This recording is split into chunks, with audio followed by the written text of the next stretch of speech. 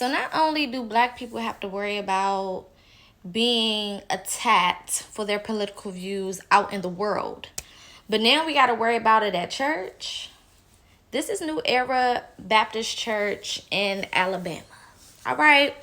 And apparently they like to send messages to black people who plan on voting for Trump in this type of way. Attention to all blacks who plan to vote for Trump. You are an ignorant, stupid...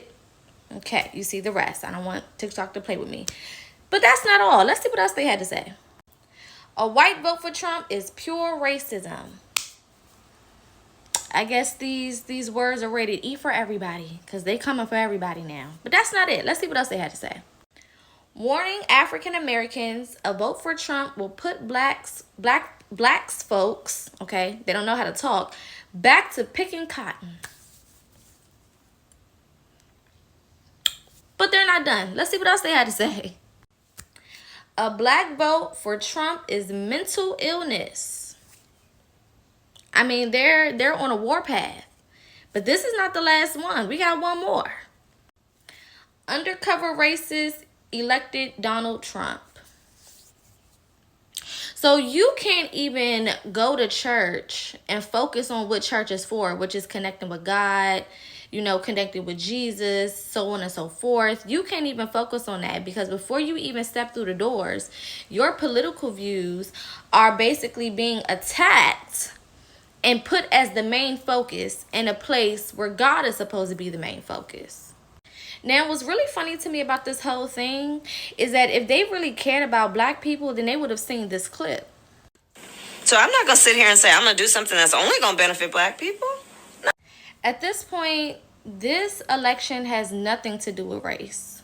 It just doesn't. There's so many other things that we have to focus on, like groceries, like bills, like inflation, like making sure our children can go to schools and get the proper education and not learn about weird things that don't make sense and go against autonomy, okay?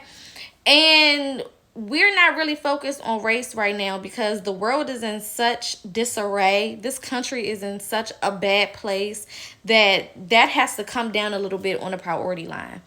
But if we was to worry about, race, Kamala wouldn't be the proper candidate. She's the only candidate. And I think the history of the presidency that I've ever heard specifically say out of their mouth, they're never going to do anything just for black people. That's number one. Number two, you want to talk about people who are flip-flopping? She don't even know what accent she wants to use when she wants to use it. She goes to church and now she's talking like a pastor. And then she goes in front of the Spanish community and then she's talking like Selena. Oh, thank you. Oh, my God, thank you so much.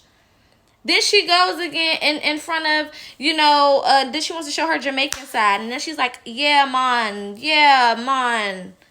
What the fuck? Honestly, this election is showing a lot of people's true colors. And it doesn't matter who you're voting for at the end of the day when it comes to treating people like people. And it goes to show that the Democratic Party, y'all are some of the nastiest, most vile, most vicious people on this fucking planet. Y'all can't seem to just simply disagree with people and keep it at that. It always has to be something insulting. It always has to be something demeaning. You always have to ostracize people. And to do it in a place, the church, where people are supposed to come as they are, where people are supposed to be free and be able to worship and do what they need to do, is absolutely diabolical. You can't say that you represent God and that's the way that you move. It's absolutely no way. This is disgusting. That church is disgusting. And this is why you see a lot of people moving away from the church and having and building a relationship with God on their own in their homes. Because this is how y'all act. Shame on you. That's the truth.